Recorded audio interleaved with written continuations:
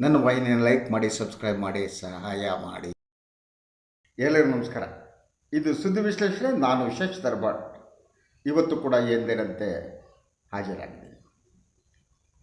ಯಾವುದೇ ಒಂದು ರಾಜಕೀಯ ವ್ಯವಸ್ಥೆಯಲ್ಲಿ, ಜನತಂತ್ರದಲ್ಲಿ ಪ್ರಬಲವಾದ ಪ್ರತಿಪಕ್ಷ ಇರಲೇಬೇಕು. ಪ್ರತಿಪಕ್ಷ ಯಾವಾಗ ದುರ್ಬಲವಾಗುತ್ತೆ ಆಗ ಜನತಂತ್ರ ದುರ್ಬಲವಾಗುತ್ತೆ. ಸೊ ಸರ್ವಾಧಿಕಾರ ಏನಿದೆ, ಆ ಸರ್ವಾಧಿಕಾರ ಅನ್ನುವುದು ಗೊತ್ತಿಲ್ಲದೇನೆ ಹಿಂಬಾಗಲಿನ ಮೂಲಕ ಆಗಮಿಸೋದಕ್ಕೆ ಪ್ರಾರಂಭ ಆಗುತ್ತೆ. ಸೊ ಪ್ರತಿಪಕ್ಷ ಅನ್ನುವುದೇನಿದೆ ಅದು ಕೇವಲ ರಾಜಕೀಯ ಪಕ್ಷ ಕೂಡ ಅಲ್ಲ, ಮಾಧ್ಯಮ ಕೂಡ. ಹಾಗೆಯೇ ನ್ಯಾಯಾಂಗ ವ್ಯವಸ್ಥೆ ಕೂಡ ಸರ್ಕಾರದ ಮೇಲೆ ಒಂದು ಕಣ್ಣನ್ನು ಇಟ್ಟಿರಬೇಕಾಗುತ್ತೆ. ಕರ್ನಾಟಕದ ಒಂದು ರಾಜಕೀಯ ಇತಿಹಾಸವನ್ನು 3.5 ದಶಕಗಳಿಂದ ನೋಡ್ತಾ ಬಂದಂಥ ನನಗೆ ಸಂತೋಷ ಪಡುವುದಕ್ಕೂ ಕಾರಣ ಇದೆ, ಬೇಸರ ಪಡುವುದಕ್ಕೂ ಕಾರಣ ಇದೆ. ವಾಟ್ ಐ ಬಿಲೀವ್, 80ರ ದಶಕದಲ್ಲಿ ಏನು ಕರ್ನಾಟಕದಲ್ಲಿ ಮೊದಲ ಬಾರಿಗೆ ಕಾಂಗ್ರೆಸ್ಸೇತರ ಸರ್ಕಾರ ಅಧಿಕಾರಕ್ಕೆ ಬಂತಲ್ಲ, ಆಗ ಅದನ್ನು ಸಂಭ್ರಮಿಸಿದವನು ನಾನು. ಯಾಕೆಂದರೆ ಅದರ ಹಿಂದಿದ್ದಂತಹ 2 ಜನಪರ ಚಳವಳಿಗಳು ನನ್ನಂಥ ಪತ್ರಿಕೋದ್ಯಮನ ಬೆಳೆಸಿದ್ವು. ಒಂದು ರೈತ ಚಳವಳಿ, ಇನ್ನೊಂದು ದಲಿತ ಚಳವಳಿ. ಹಾಗೆಯೇ ಕನ್ನಡ ಚಳವಳಿಯ ಪಾತ್ರ ಕೂಡ ಇತ್ತು. ಆಗ ಹುಟ್ಟಿದ್ದು ಜನತಾ ಪರಿವಾರ. ಇವತ್ತು ಜನತಾ ಪರಿವಾರಕ್ಕೆ ಏನಾಗಿದೆ, ಈ ಪ್ರಶ್ನೆಗೆ ನಾವು ಉತ್ತರವನ್ನು ಕಂಡುಕೊಳ್ಳಬೇಕಾದ ಅನಿವಾರ್ಯತೆ ಇದೆ. ನಾನು ಈ ಪ್ರಶ್ನೆಗೆ ಉತ್ತರ ಕಂಡುಕೊಳ್ಳುವುದಕ್ಕೆ ಮೊದಲು ಇವತ್ತಿನ ಜನತಾ ಪರಿವಾರದ ನಾಯಕ HD ಕುಮಾರಸ್ವಾಮಿಯವರ ಹೇಳಿಕೆ, ಅವರ ವರ್ತನೆಗಳು ನನ್ನ ಕಣ್ಣು ಮುಂದೆ ಇವೆ. HD ಕುಮಾರಸ್ವಾಮಿಯವರು ಯಾವ ತತ್ವವನ್ನು ನಂಬುತ್ತಾರೆ, ಅವರ ರಾಜಕಾರಣದ ತಾತ್ವಿಕತೆಯ ಒಳ ಹೊರಗು ಯಾವುದು, ಈ ಪ್ರಶ್ನೆಗಳು ನನ್ನನ್ನು ಕಾಡ್ತಾ ಇವೆ. ಜನತಾ ಪರಿವಾರ ಒಡೆದಂಥ ಸಂದರ್ಭವನ್ನು ನಾನು ನೆನಪು ಮಾಡ್ಕೋತೀನಿ. ಒಂದೆಡೆ ದೇವೇಗೌಡರು, ಇನ್ನೊಂದು ಕಡೆ ರಾಮಕೃಷ್ಣ ಹೆಗಡೆ ಜೊತೆ ನಿಂತ JH ಪಟೇಲರು. ಆಗ ಸಮಾನ ಅಂತರವನ್ನು ಕಾಯ್ದುಕೊಳ್ಳಬೇಕು ಅನ್ನೋದು ದೇವೇಗೌಡರ ಒತ್ತಾಸೆಯಾಗಿತ್ತು. ಸಮಾನ ಅಂತರವನ್ನು ಕಾಪಾಡಿಕೊಳ್ಳುವುದು ಅಂದರೇನು, ಕಾಂಗ್ರೆಸ್ ಮತ್ತು BJPಯ ಎರಡೂ ಪಕ್ಷಗಳ ವಿರುದ್ಧ ಅವರ ದೂರ ಇರಬೇಕು ಅಂತ. ಆಗ ನಾನು ಖುಷಿಪಟ್ಟವನು. ಯಾಕಂದರೆ ಹೆಗಡೆ ಆಗಲೇ ಸ್ಲೋಲಿ BJP ಕಡೆ ಹೊರಟುಬಿಟ್ಟಿದ್ರು. ಆದರೆ ರಾಜಕೀಯದ ಒಂದೊಂದೇ ಪುಟಗಳು ತಿರುಗುತ್ತಿರುವ ಹಾಗೆ ಜನತಾದಳ BJP ಸಖ್ಯವನ್ನು ಮಾಡ್ತು, ಕಾಂಗ್ರೆಸ್ ಸಖ್ಯವನ್ನು ಮಾಡ್ತು. ಅವರು BJP ಸಖ್ಯವನ್ನು ಮಾಡಿದಾಗ ಇದು ನನ್ನದಲ್ಲ ಅಂದರು ದೇವೇಗೌಡರು, ಈ ತೀರ್ಮಾನ ಕುಮಾರನದು ಅಂದರು ದೇವೇಗೌಡರು, ಕಣ್ಣೀರು ಹಾಕಿದ್ರು. ನಾನು ಕುಮಾರನ ಜೊತೆ ಮಾತೇ ಆಡಲ್ಲ ಅಂದರು. ಯಾಕೆಂದರೆ ಒಂದು ದೇವೇಗೌಡರ ರಾಜಕೀಯ ಬದುಕಿನಲ್ಲಿ ಕಾಂಗ್ರೆಸ್ ಕಾಂಟ್ರಿಬ್ಯೂಷನ್ ತುಂಬ ಇದೆ. ದೇವೇಗೌಡರನ್ನ ಪ್ರಧಾನಿ ಮಾಡುವುದರಲ್ಲಿ ಕಾಂಗ್ರೆಸ್ನ ಪಾತ್ರ ಆಯಿತು, ಅವರನ್ನು ಇಳಿಸುವುದರಲ್ಲೂ ಕಾಂಗ್ರೆಸ್ನ ಪಾತ್ರ ಆಯಿತು.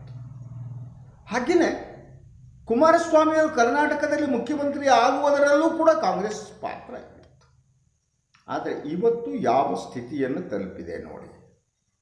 ಕಳೆದ ರಾಜ್ಯ ವಿಧಾನಸಭಾ ಚುನಾವಣೆಯ ನಂತರ ಆ ಒಂದು ಕಾಂಗ್ರೆಸ್ 136 ಸ್ಥಾನವನ್ನು ಗೆದ್ದ ಮೇಲೆ ಆದ ಆಘಾತವನ್ನು ಗಮನಿಸಿ. ಇದನ್ನು ಕುಮಾರಸ್ವಾಮಿಯವರು ನಿರೀಕ್ಷೆ ಮಾಡಿರಲಿಲ್ಲ ಅಂತ ನಾನು ಅಂದುಕೊಂಡಿದ್ದೇನೆ. ಅವರ ನಿರೀಕ್ಷೆ ಇರಲೇ ಇಲ್ಲ. ಅವರು ಅಂದ್ಕೊಂಡಿದ್ದರು ಕಾಂಗ್ರೆಸ್ ಆಗಲಿ BJP ಆಗಲಿ ಹೆಚ್ಚಿನ ಸ್ಥಾನವನ್ನು ಗೆದ್ದರೆ ನಾನೇ ಮುಖ್ಯಮಂತ್ರಿ ಅಂತ ಅಂದುಕೊಂಡಿದ್ರು ಅಂತ ನನಗನ್ಸುತ್ತೆ. ನನಗೆ ಗೊತ್ತಿಲ್ಲ ಅವರ ಮನಸ್ಸಿನಲ್ಲಿ ಏನಿತ್ತು ಅಂತ. ಆದರೆ ಅವರು ಯಾವಾಗ ಅವರ ಅಂದುಕೊಂಡಂತೆ ನಡೆದಿಲ್ವೋ ಅವರಿಗೆ ಬಹುದೊಡ್ಡ ಶಾಕ್ ಆಗಿದೆ ಅಂತ ನಂಬುದವನು ನಾನು. ಅವರ ಶಾಕ್ ಯಾವ ಮಟ್ಟದ್ದು, ಯಾವ ಹಂತದ ಶಾಕ್ ಆಗಿದೆ ಅವರಿಗೆ ಅನ್ನೋದನ್ನು ನೋಡಿ. ಕಾಂಗ್ರೆಸ್ ಸರ್ಕಾರ ಬಂದು 2 ವರ್ಷ 2 ತಿಂಗಳು ಆಯಿತು, ನೋ ಪ್ರಾಬ್ಲಮ್. ಕಾಂಗ್ರೆಸ್ ಸರ್ಕಾರದ ತಪ್ಪುಗಳನ್ನು ತೋರಿಸಬೇಕಾದ್ದು ಕುಮಾರಸ್ವಾಮಿಯವರ ಕೆಲಸ. ಕಾಂಗ್ರೆಸ್ ಸರ್ಕಾರ ಬಂದ ಮೇಲೆ ಭ್ರಷ್ಟಾಚಾರದ ಒಂದೊಂದೇ ಎಳೆಯನ್ನು ಬಿಡಿಸಬೇಕಾದವರ ಕರ್ತವ್ಯ. ಕಾಂಗ್ರೆಸ್ ಸರ್ಕಾರವನ್ನು ಮಂತ್ರಿಗಳನ್ನು ಬೆತ್ತಲೆಗೊಳಿಸುವುದು ಅವರ ಕೆಲಸ. ಅದರ ಬಗ್ಗೆ ನನಗೆ ಅನುಮಾನ ಇಲ್ಲ.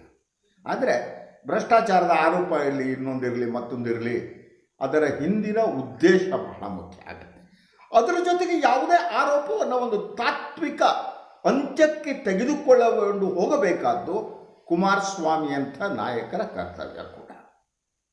ಕುಮಾರಸ್ವಾಮಿಯವರ ಆರೋಪ ಮಾಡಿದ್ರು, ಕಿಸೆಯಿಂದ ಒಂದು ಪೆನ್ ಡ್ರೈವ್ ತೆಗೆದರು, ಪೆನ್ ಡ್ರೈವ್ ತೋರಿಸಿದ್ರು, ವರ್ಗಾವಣೆಯ ದಂಧೆ ನಡೀತಿದೆ, ಇದರಲ್ಲಿ ಎಲ್ಲ ಇದೆ ಎಂದು. ಆದರೆ ನಿನ್ನೆ ತಾನೇ ಅವರು ಹೇಳಿದ್ದು, ನಾನು ಈಗಾಗಲೇ ಆ ಪೆನ್ ಡ್ರೈವನ್ನು ಬಹಿರಂಗಪಡಿಸೋದಿಲ್ಲ. ವಾಯ್ ಯಾಕೆ ಬಹಿರಂಗಪಡಿಸಲ್ಲ? ಅದರ ಒಳಗಡೆ ಯಾಕೆ ಹಾಕಲ್ಲ? ನೀವು ಯಾರು ಅದರಲ್ಲಿ ವರ್ಗಾವಣೆಗೆ ಕಾರಣ ಆಗಿದ್ದಾರೋ ಆ ಮಂತ್ರಿಗಳ ರಕ್ಷಣೆಗೆ ಹೊರಟಿದ್ದೀರಾ, ಅಥವಾ ಇದನ್ನು ಒಂದು ಅಸ್ತ್ರವನ್ನಾಗಿ ತಾವು ಬಳಸ್ತಾ ಇದ್ದೀರಾ? ಕುಮಾರಸ್ವಾಮಿ ಅವರು ಉತ್ತರ ಹೇಳಬೇಕು. ಹಾಗೆಯೇ ಕೆಲವು ದಿನ ನಾಪತ್ತೆ ಆದರೂ, ವಿದೇಶಕ್ಕೆ ಹೋದರು, ಕುಟುಂಬದ ಜೊತೆ ಬಂದರು. ಆ ಸಂದರ್ಭದಲ್ಲಿ ಅವರು ಯಾವತ್ತು ಸಿಂಗಾಪುರಕ್ಕೋ ಯುರೋಪ್ಗೋ ಹೋದ್ರೋ ತಕ್ಷಣ ಮಾಧ್ಯಮಗಳಲ್ಲಿ ಒಂದು ಸುದ್ದಿಯನ್ನು ಹರಿಬಿಡಲಾಯಿತು. ಏನು ಅಂತ ಅಂದರೆ, ಸರ್ಕಾರವನ್ನು ಕೆಡವುವುದಕ್ಕೆ ಅವರು ಹೋಗಿದ್ದಾರೆ ಅಂತ. ಅದು ಈ ಮಾತನ್ನು ಆರೋಪವನ್ನು ಮಾಡಿದರು ಡಿ.ಕೆ. ಶಿವಕುಮಾರ್ ಅಂತ ಹೇಳಲಾಯಿತು. ಆದರೆ ಡಿ.ಕೆ. ಶಿವಕುಮಾರ್ ತಾವಾಗಿಯೇ ಈ ಮಾತನ್ನು ಆಡೇ ಇರಲಿಲ್ಲ. ಒಬ್ಬ ವರದಿಗಾರ ಒಂದು ಪ್ರಶ್ನೆಯನ್ನು ಕೇಳಿದ್ದ. ಆ ಪ್ರಶ್ನೆ ಯಾವುದು ಅಂದರೆ, ಸಿಂಗಾಪುರದಲ್ಲಿ ಕಾಂಗ್ರೆಸ್ ಸರ್ಕಾರವನ್ನು ಕೆಡವುವ ಷಡ್ಯಂತ್ರ ನಡೆಯುತ್ತಿದೆಯಂತೆ, ಹೌದಾ? ಸಿಂಗಾಪುರದಲ್ಲಿ ಇದು ನಡೆಯುತ್ತಿದೆ ಅಂತ ಆ ಸುದ್ದಿಯನ್ನು ಹರಿದವರೇ ಒಬ್ಬ ಮಾಧ್ಯಮದವನು, ವರದಿಗಾರ ಆ ಪ್ರಶ್ನೆ ಕೇಳ್ತಾನೆ. ಅದನ್ನು ಅವರು ಬಳಸ್ಕೊಂಡು, ಹೌದು ನನಗೂ ಮಾಹಿತಿ ಅಂತಾರೆ. ಇದಕ್ಕಿಂತಾಗಿ ಸುದ್ದಿ ಸಂಪೂರ್ಣವಾಗಿ ಡಿ.ಕೆ. ಶಿವಕುಮಾರ್ ಬಾಯಿ ಮೂಲಕ ಅವರೇ ಹೇಳಿದ್ದು ಅಂತ ಪ್ರಸಾರ ಮಾಡಲಾಗುತ್ತೆ. ಇದು ಒಂದು ಕಡೆ. ಸೊ ಅದು ಹೋದರು, ಬಂದರು, ಮತ್ತೆ ಪತ್ರಿಕಾಗೋಷ್ಠಿಯಲ್ಲಿ ಅವರು ಮಾತನಾಡೋದು ಪ್ರಾರಂಭ ಮಾಡಿದ್ರು. ಪ್ರಾರಂಭ ಮಾಡಿದಾಗ ಅವ್ರು ಯಾವ ರೀತಿ ಆರೋಪ ಮಾಡಿದ್ರು ನಾನು ಹೋಗ್ತಿದ್ದೆ. ಅವರು ಪ್ರಶ್ನೆ ಕೇಳಿದ್ದೇನು ಗೊತ್ತಾ? ನಿಮಗೆಲ್ಲ ನೆನಪಿರ್ಬೋದು. ಹಿಂದಿನ ಸರ್ಕಾರದ ಮೇಲೆ ಪ್ರತಿಶತ 40% ಭ್ರಷ್ಟಾಚಾರದ ಆರೋಪವನ್ನು ಪ್ರಸ್ತಾಪ ಮಾಡ್ತಾರೆ. ಚುನಾವಣೆ ಸಂದರ್ಭದಲ್ಲಿ ಆ ಸರ್ಕಾರದ ಮೇಲೆ ಹಂಗೆ ಆರೋಪ ಮಾಡಿದ್ರಿ, ಹಿಂಗೆ ಆರೋಪ ಮಾಡಿದ್ರಿ. ಅದರ ಅರ್ಥ ಏನು? You want to defend BJP. That is the centre point. ಅಂದರೆ ಕುಮಾರಸ್ವಾಮಿಯವರು ಈಗ BJPಯನ್ನು ಡಿಫೆಂಡ್ ಮಾಡುವುದಕ್ಕೆ ಹೊರಟಿದ್ದಾರೆ.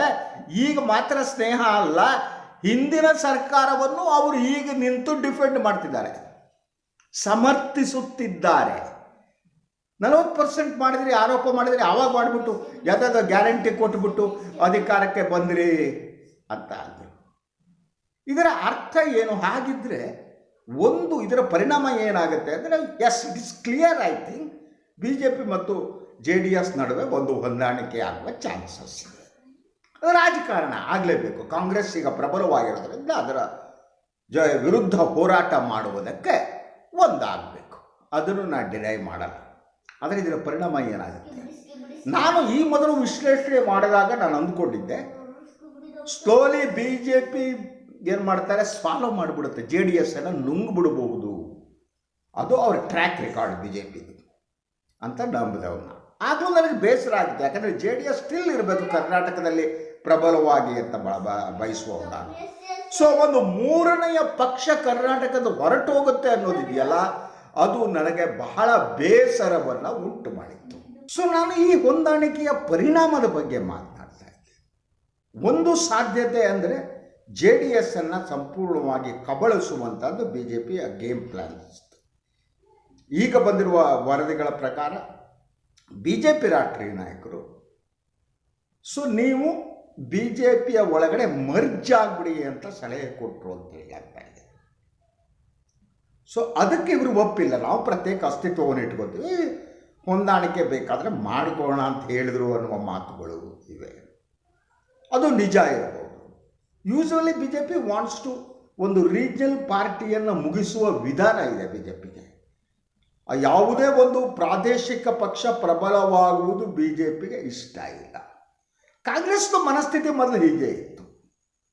ಕಾಂಗ್ರೆಸ್ ಟೋಲಿ ಪ್ರಾದೇಶಿಕ ಪಕ್ಷಗಳನ್ನು ಮುಗಿಸೋದಕ್ಕೆ ಟ್ರೈ ಮಾಡ್ತಾ ಇತ್ತು. Both is A character of national parties ಅನಿಸುತ್ತೆ ನನಗೆ.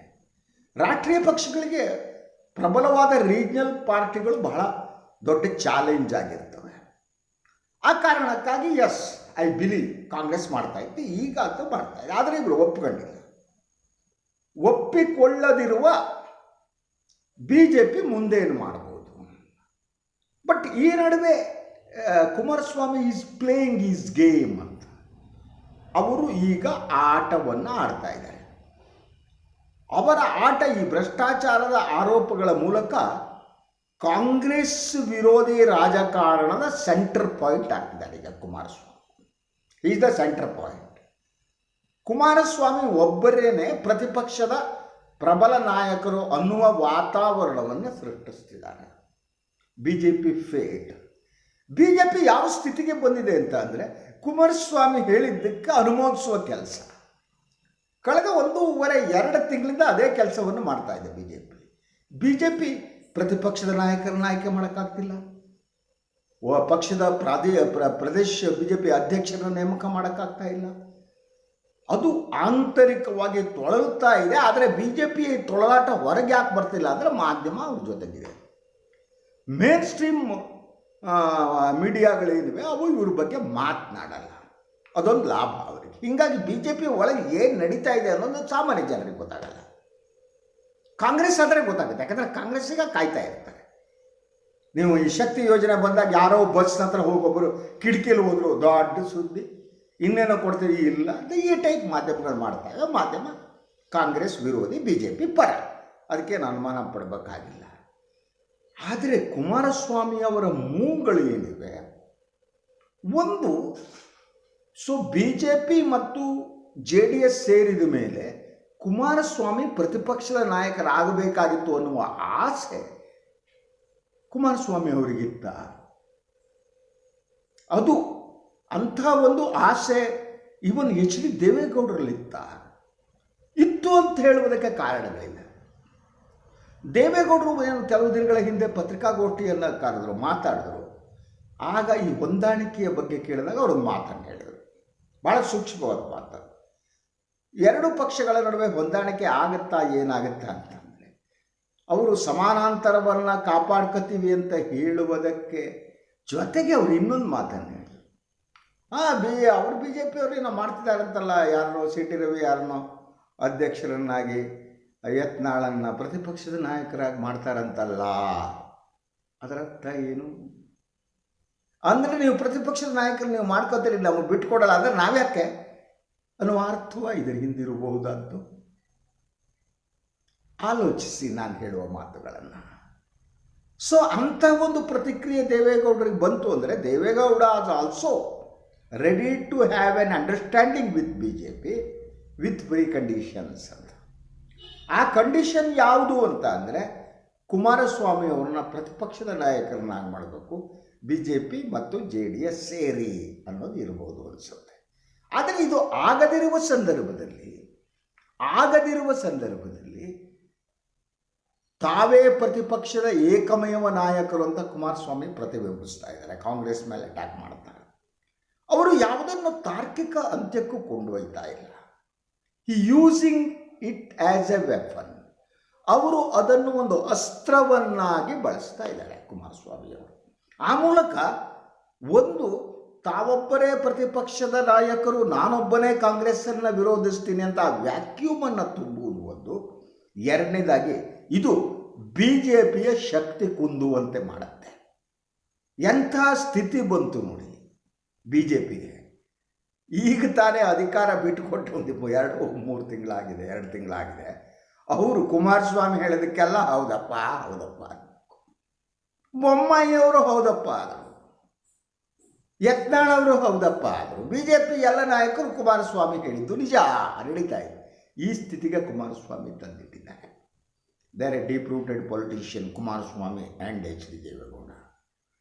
Still I will tell you they have a power to manipulate. ಅನುಮಾನ ಬೇಕಾಗಿಲ್ಲ, ದೇ ವಿಲ್ ಡೂ ದ್ಯಾಟ್. ಅದನ್ನು ಅವರು ಪ್ರಾರಂಭ ಮಾಡಿದ್ದಾರೆ. ಆದ್ದರಿಂದ ಇದು BJP ಪ್ರಬಲವಾಗಬಹುದು ಅನ್ನೋದು BJP ದುರ್ಬಲ ಆಗ್ತಾ ಇದೆ. ನೆಕ್ಸ್ಟ್ ಏನಾಗುತ್ತೋ ಗೊತ್ತಿಲ್ಲ, ಆದಮೇಲೆ ಹೇಳ್ತೀನಿ. ಇದು ನನ್ನ ಡಿಜಿಟಲ್ ವಾಹಿನಿ. ಲೈಕ್ ಮಾಡಿ, ಸಬ್ಸ್ಕ್ರೈಬ್ ಮಾಡಿ, ಬೆಲ್ ಐಕಾನ್ನ ಪ್ರೆಸ್ ಮಾಡೋದಕ್ಕೆ ಮರಿಬೇಡಿ. ಹಾಗೆ ಸಾಧ್ಯ ಆದರೆ ಸಹಾಯ ಮಾಡಿ. ತಮ್ಮ ಸಹಾಯ ನನಗೆ ಶ್ರೀರಕ್ಷೆ, ತಮ್ಮ ಪ್ರೀತಿ ನನಗೆ ಶ್ರೀರಕ್ಷೆ, ತಮ್ಮ ಆಶೀರ್ವಾದ ನನಗೆ ಶ್ರೀರಕ್ಷೆ. ತಾವೇ ನನ್ನನ್ನು ಮುನ್ನಡೆಸುವವರು. ಎಲ್ಲರಿಗೂ ಕೂಡ ನಮಸ್ಕಾರ, ಶುಭರಾತ್ರಿ.